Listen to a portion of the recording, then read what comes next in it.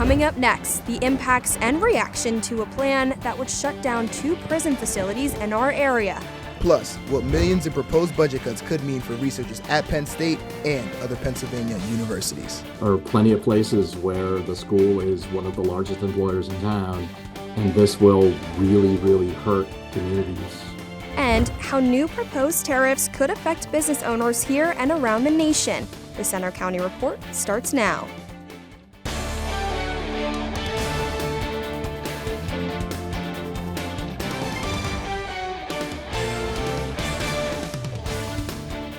Good afternoon. I'm Derek Stilley. And I'm Mackenzie Bruns. Thanks for joining us for the Center County Report. Our top story, Governor Josh Shapiro's administration is recommending the closure of 2 central PA prison facilities, a move they say will eventually save more than $100 million. Reporter Lauren Reel is in our studio with more. Lauren? The governor's budget proposal targets Rockview State Prison near Bellefonte and the Quahana Boot Camp in Clearfield County. But the shutdown move is not sitting well with some local officials and corrections employees who worry about disruptions for workers, inmates, and the local economy.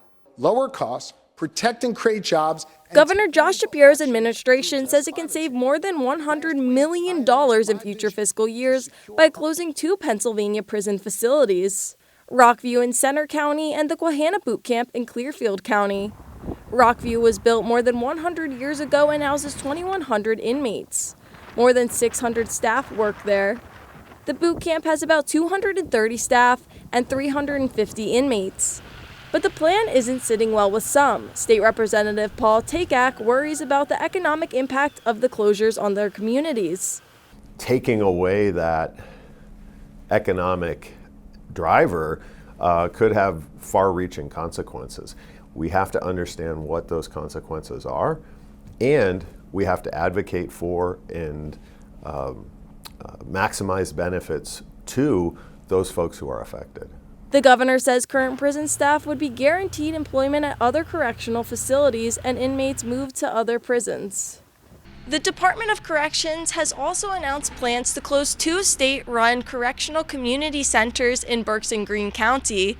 These closures are expected to take place within the next 3 months. The closure comes at a time when the state is facing rising Medicaid costs, which the governor mentioned as a factor in cutting expenses. The union that represents prison staff says it will fight the closures and warned that closing prisons will endanger officers and inmates. I also talked with State Representative Kerry Benninghoff. He said while he respects the governor's decision to release the information with the budget proposal, he's frustrated by not being briefed sooner and wants to be a reliable information liaison for the public. The next step is a 3-month public comment period before a final decision. I'm Lauren Reel for the Center County Report.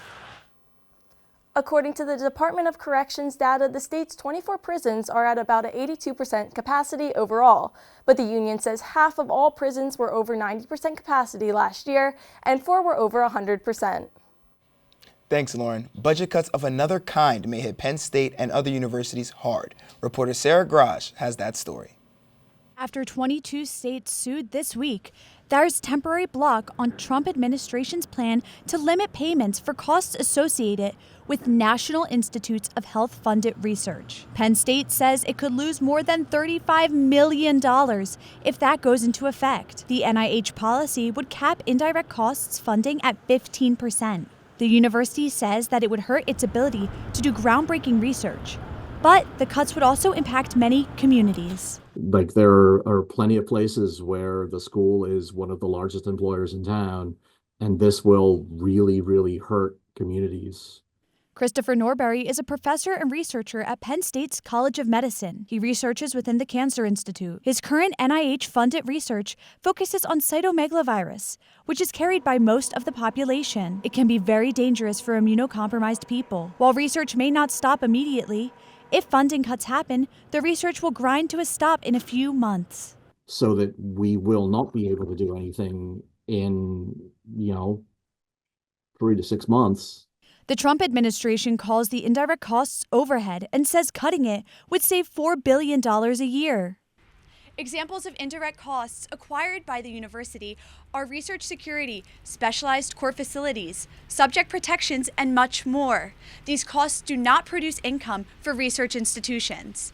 Getting a grant for these costs takes approximately 9 months to get approved, but you must plan further in advance. I mean, if you're planning to try to get funded, you're planning 2 years out. With so much uncertainty, Penn State is working with several national organizations to assess potential impacts. A 5 to 10 year build back, assuming that, like if this would happen for a year, it would be a 5 to 10 year build back. If this would happen for 4 years, then it would never come back probably. In University Park, I'm Sarah Grosh for the Center County Report. A federal judge has scheduled a hearing for next Friday to settle whether the cuts are legal and should proceed. Governor Josh Shapiro is proposing $60 million in new funding for Penn State and fellow state-related universities. It's part of his budget plan announced last week. The money would be distributed through a performance-based funding model. The plan would need lawmaker approval and a divided legislature. The governor says he wants to invest in higher education, which has been stagnant in recent years. The fate of a Center County man who spent 4 decades in prison now rests in the hands of a judge. Subu Vedam was convicted of killing a man in 1980 and sentenced to life. But his lawyers argued that a 2-day hearing in Bellefonte last week that new evidence about the size of a bullet hole proves Vedam is innocent. The judge's decision on whether he'll get a new trial is still months away. Police are still trying to crack the case of whoever stole 100,000 eggs from the back of a trailer in southern PA. It happened almost 2 weeks ago near Greencastle. Someone took them from a Pete and Jerry's distribution trailer. The eggs are valued at $40,000. An egg shortage around the country has some stores taking action. Trader Joe's is now limiting sales to 1 dozen eggs per customer in all stores. Costco, Sprouts, and other retailers followed suit after the news. Experts say spike in egg prices and limited supply is because of the spread of the avian flu. President Trump laid out his plan this week to increase tariffs on other countries. The effects could be far-reaching. Reporter Francie Ebert has more. Any steel coming into the United States is going to have a 25% tariff. Barely a month into President Trump's second term, tariffs have become a hot topic. Trump just rolled out his plan to increase U.S. tariffs to match tax rates that other countries charge on imports. This week, he announced a 25% tariff on aluminum and steel and a 10% on Chinese products. The move could have big impacts on business owners that rely on international imports. Paul Romeo is director of operations for Belmont Leather Company in New Jersey. He's afraid his company might be affected. But 10%, 25% all of a sudden is a really unexpected and high change, and it would be tough to convince a lot of customers to pay those higher prices, and some of them may just not buy those products. The company is a wholesaler with one of its major suppliers in Canada. They buy 60 to 100 dozen leather spray paint aluminum cans every month. The coloring is used for repairing everything from women's purses to sofas. Higher prices on spray paint means higher prices for repairs. Tariffs mean buying a soda from a vending machine could be more expensive. When consumers eventually go out and buy new cars or trucks or beer cans or soda cans, they're going to be paying more for that as a result of the tariffs.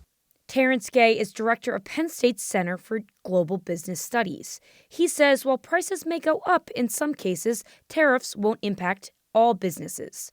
The added fees will benefit some American companies. So it's not going to have an effect on everything that is made of steel and aluminum, but it will affect some of it. And it will also give the opportunity for companies in the United States that make steel to raise their prices, because effectively they now have a 25% cushion.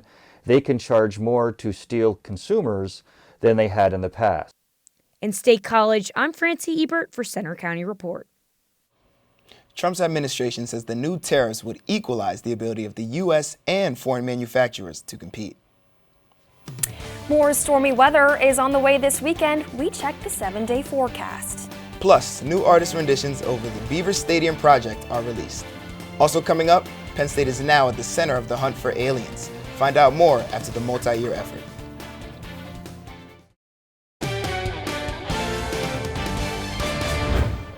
Penn State has released new artist renderings of the Beaver Stadium renovation project.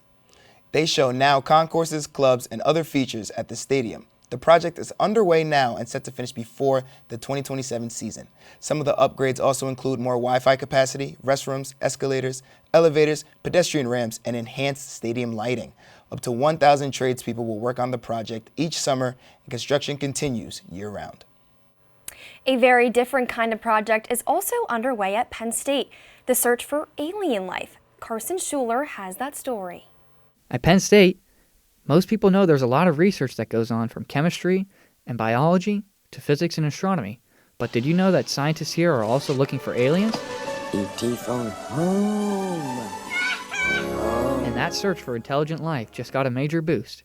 A $480,000 NASA grant is coming to the Penn State Extra-Terrestrial Intelligence Center, or PSETI, to expand its efforts to scan the cosmos for radio and laser signals, which could be signs of alien civilizations. So this is like, I think the third or fourth SETI grants in a few decades. Pinchin Fan leads the project.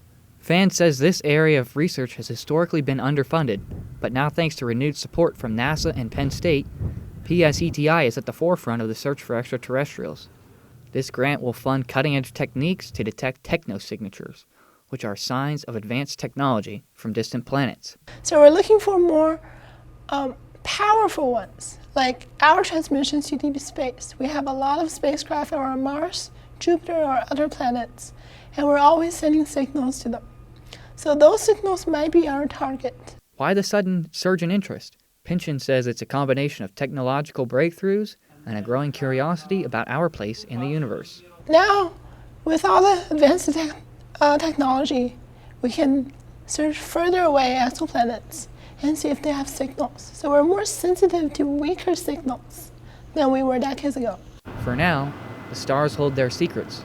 But with this funding, scientists at Penn State are one step closer to uncovering them. In University Park, I'm Carson Schuler for the Center County Report. The PSETI Center was founded in 2020, so it's already 5 years old. The Boy Scouts of America has changed its name. It'll now be known as Scouting America. Officials say the Scouts want to create a more welcoming environment for all kids. The decision comes after challenges including a 3-year bankruptcy and fallout from a sexual abuse scandal.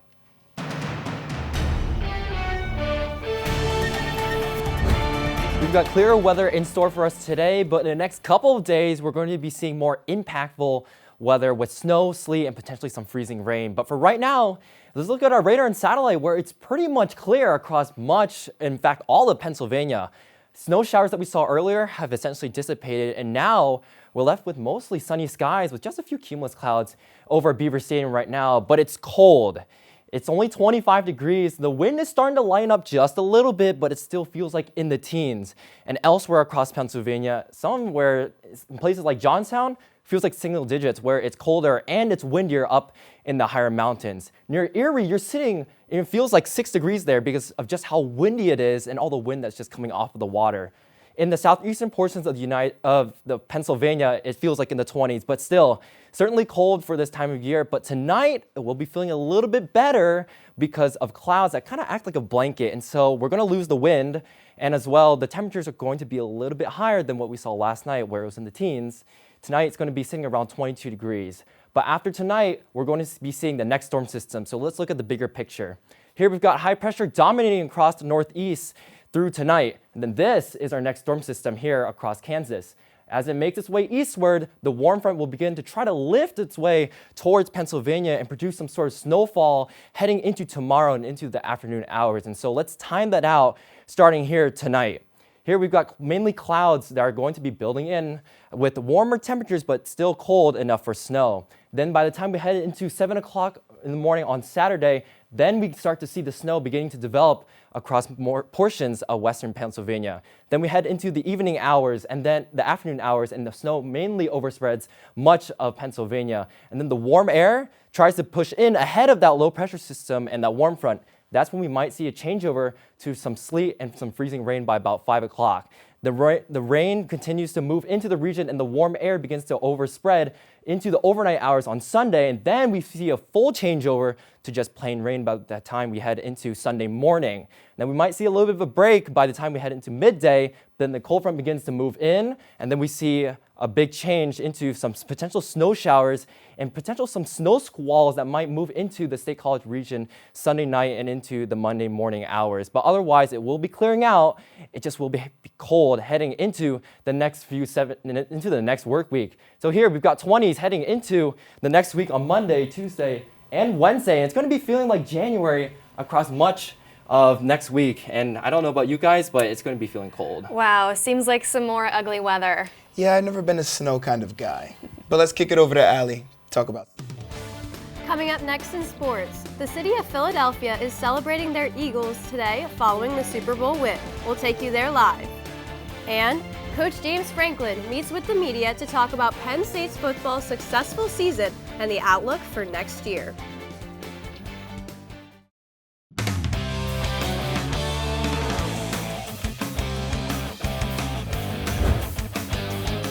I'm Allie Winskowski with sports. 5 days after a blowout win in Super Bowl 59, the Philadelphia Eagles celebration continues right now. Hundreds of thousands of fans are lining the streets of Philadelphia for the Eagles' victory parade throughout the city. This is a live picture. Quarterback Jalen Hurts and former Penn Staters Saquon Barkley and Jahan Dotson are helping to lead the way. The Eagles beat the Chiefs Sunday in New Orleans for their second Super Bowl title. Now an update to the Super Bowl celebration in State College that ended with police intervention after a downtown disturbance. Cops say there were no arrests made, no injuries, and no chemical agents deployed Sunday night when a large crowd turned out on Beaver Avenue to celebrate the Eagles' win. But there are reports of damage, including theft of stop signs and one-way street signs, and damage to at least one car parked on the street. Police are checking photos and video to try to identify those responsible. Saquon Barkley had a huge role in helping the Eagles win the Super Bowl with his record-setting season. Long before his championship moment in New Orleans, Barkley played high school football in the Lehigh Valley, recording 1,500-plus rushing yards and 31 touchdowns in his senior year. I spoke to his high school head coach, Brian Gilbert, who said this Super Bowl he was reminded of Saquon's high school self. So this year, there was just visions of that kid who loved the game, smiled, laughed. You know, you see him on the sidelines having fun with his teammates, his coaches, and that's who he is. Barkley set the record this year for most rushing yards in a single NFL season, including playoffs. The football season is over, but for Penn State, it's a year-round effort. Hannah Neuer has an update. I'm back. Winter workouts are underway for Penn State football, and James Franklin back at the podium for the first time since the team's Orange Bowl loss. Obviously, the most important thing for all of us is that we learn from it and grow from it. But there's also a ton to be proud of and appreciative of.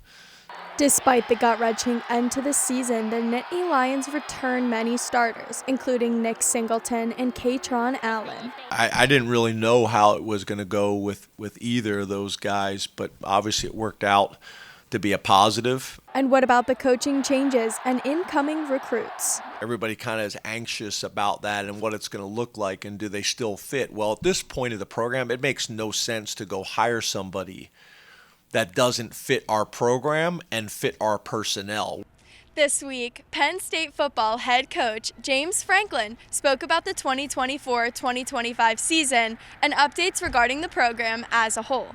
First-year players also spoke about their experiences as PSU football players. You play in a place and you go to Beaver Stadium as a recruit and you see that 107,000, but you never played an away game yet. And I'd say running out of the tunnel and basically all the away games this year was definitely like, wow.